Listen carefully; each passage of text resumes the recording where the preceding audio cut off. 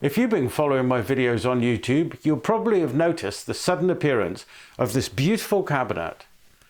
And you'll also have noticed that it looks very similar to the one I drew in SketchUp twice. It is the very same thing. If you'd like to see how I decided to build it, stay tuned.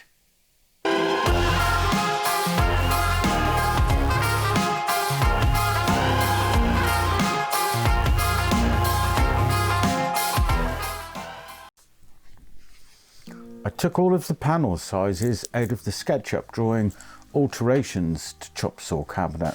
I'll put a link above. And then fed them directly into Cutlist Optimizer, an online free piece of software that's absolutely brilliant. Pop in all your sizes and it works out exactly where the best place is to cut them out of all of your sheet goods. Saved oodles of time. I'll put a link in the description. You've undoubtedly noticed that I'm using a pencil and tape measure to lay out everything. I'll refer back to this later in the video under the error of my ways section. I really wish I had a set of parallel guides or a parallel guide system. In particular, I really want the woodpecker version, but it's too expensive, £560. With all the pieces cut to size, I can start a dry assembly just to check everything and make sure it all lines up. I'm doing it on the floor because it's just far too big for the bench. These right angle brackets and spring clamps are absolutely perfect for a job like this. I highly recommend you acquire some. Actually, lots.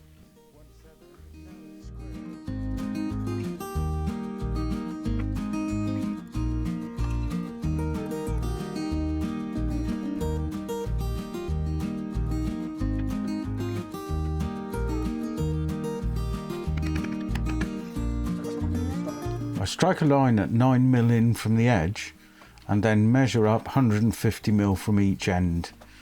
That's just enough to secure it while I check for square.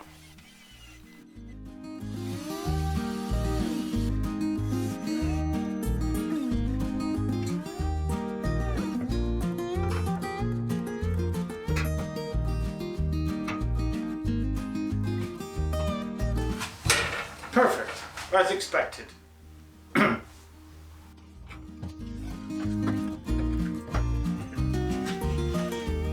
I measure out for the centre panel, remembering to set back from centre 9mm as per the SketchUp drawing.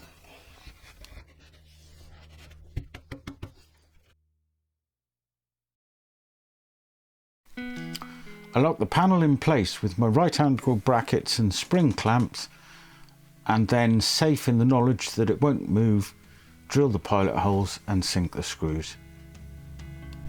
Well, that's my cabinet dry assembly complete. I've flipped it over and dropped in the back panels just to make sure they're a good fit as well. My next job is to clean up this mushover and head back over to the bench where I can cut the domino slots and glue it together.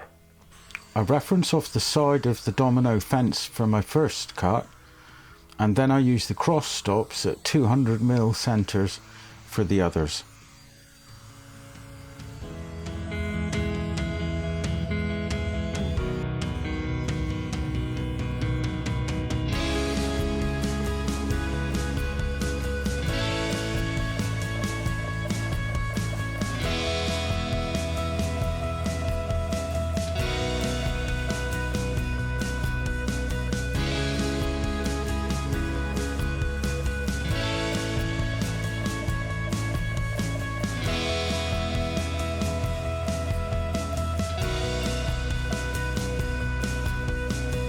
With all the domino slots complete, it's back over to the floor again, where I glue up each edge, the domino mortise and the biscuits.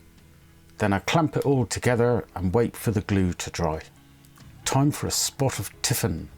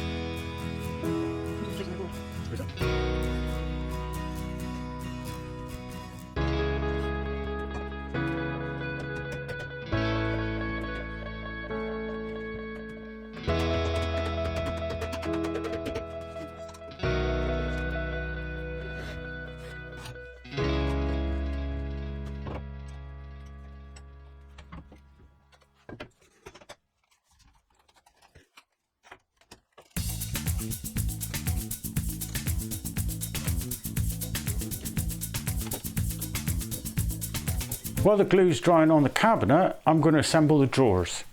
I've set up a very simple right angle jig so that I can just slide my panels in, clamp them together, glue, pilot hole and screw. So let's crack on. With that being said, I remembered just in time that I need to cut the handles out on the drawer fronts. So I head over to the router table first. I've got a pair of incrust stops set up on the Wonder fence so that I can guarantee when I push the piece through past the bit, I'll stop at the same point each time. That way my handles will all be the same. And in order to trim off that little curved bit, I very carefully pull the piece back away from the fence.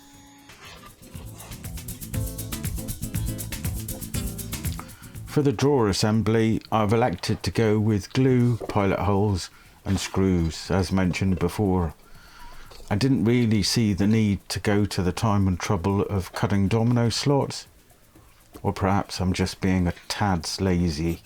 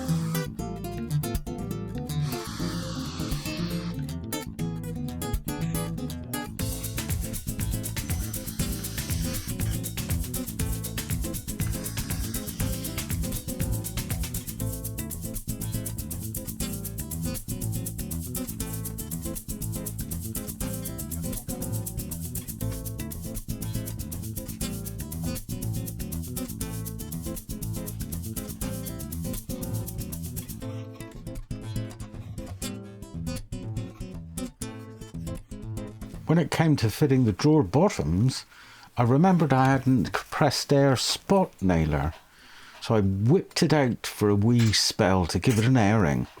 What a joy.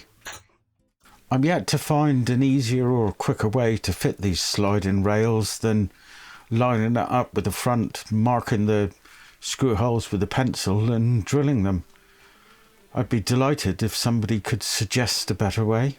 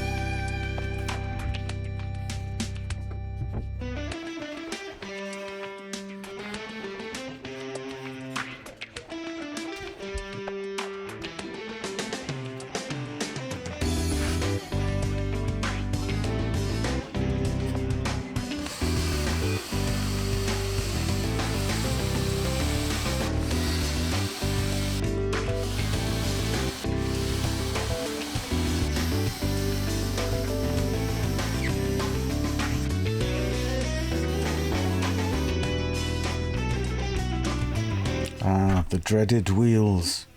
The wheels that were forgotten. The wheels that gave rise to SketchUp Part 4, adjusting the Chopsaw cabinet. Bless them.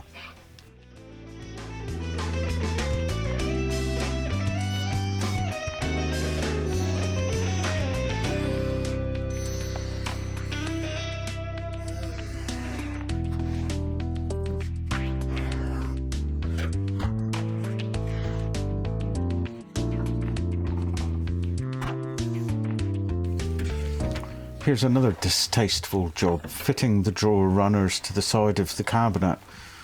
Many years ago I bought a tool from Rockler on Amazon that alleged to be the perfect thing for this, and I did try it, but the rails were too heavy and kept falling out of the cursed device.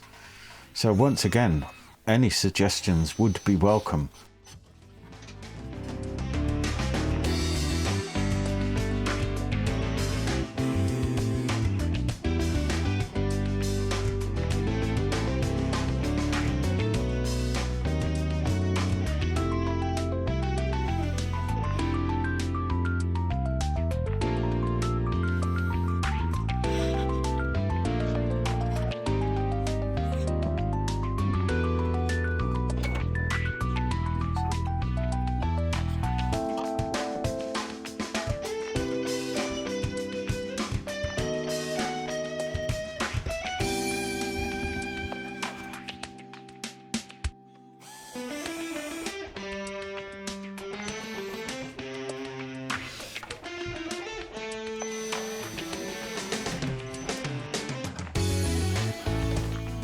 It really is a joyful moment when you get to slide the drawers in and they glide back beautifully.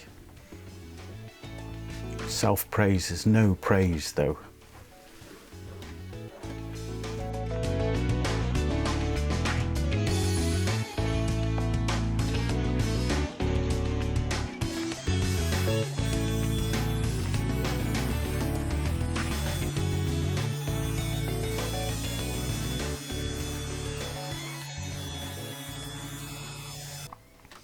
Out of the leftover MDF, I cut the 3 pieces I need for the dust shroud on the MFT table using the track saw.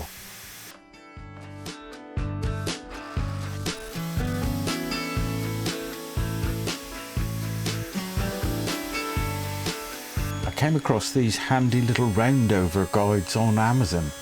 I'll see if I can find the link and I'll pop it in the description below. Not quite up to the standard of maybe a woodpecker, but they do the job. I decided to fit the dust shroud using pocket screws without glue. I've just got this feeling that I may need to remove it or alter it or adjust it in some way in the future. You never know. Better safe than sorry. I thought it was about time I covered the workshop in a fine layer of dust again. So I grabbed my trusty palm router, fitted a 3mm roundover bit and attacked every square edge I could find.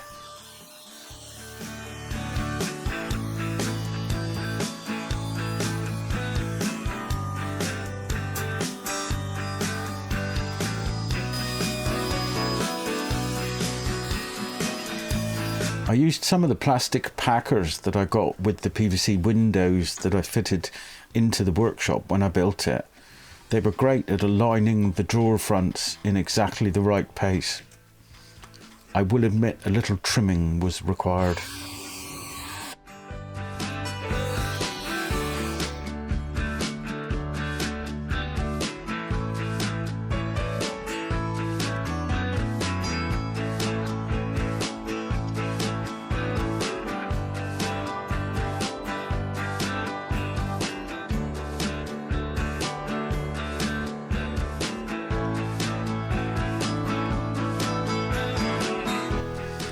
I've chosen Polyvine floor varnish to finish the cabinet with. It's touch dry in 30 minutes, and when it's fully cured, which I think is 2 to 4 hours later, it's rock hard. Fantastic product. I'll put a link in the description below for you.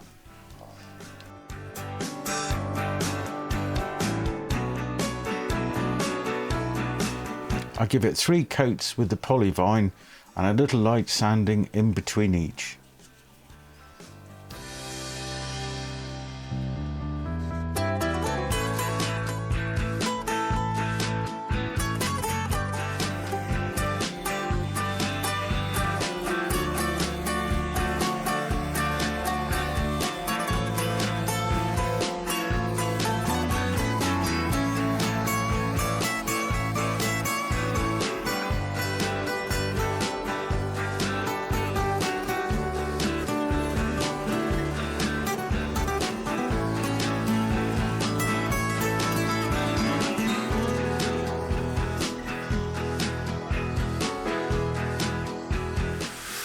And here it is, our chop saw cabinet on wheels nonetheless. More storage than you can shake a stick at. I'm going to have to buy lots of tools to fill all these drawers with, methinks. I'm really happy with it. I think it's going to look great and I can't wait to get the chop saw on it.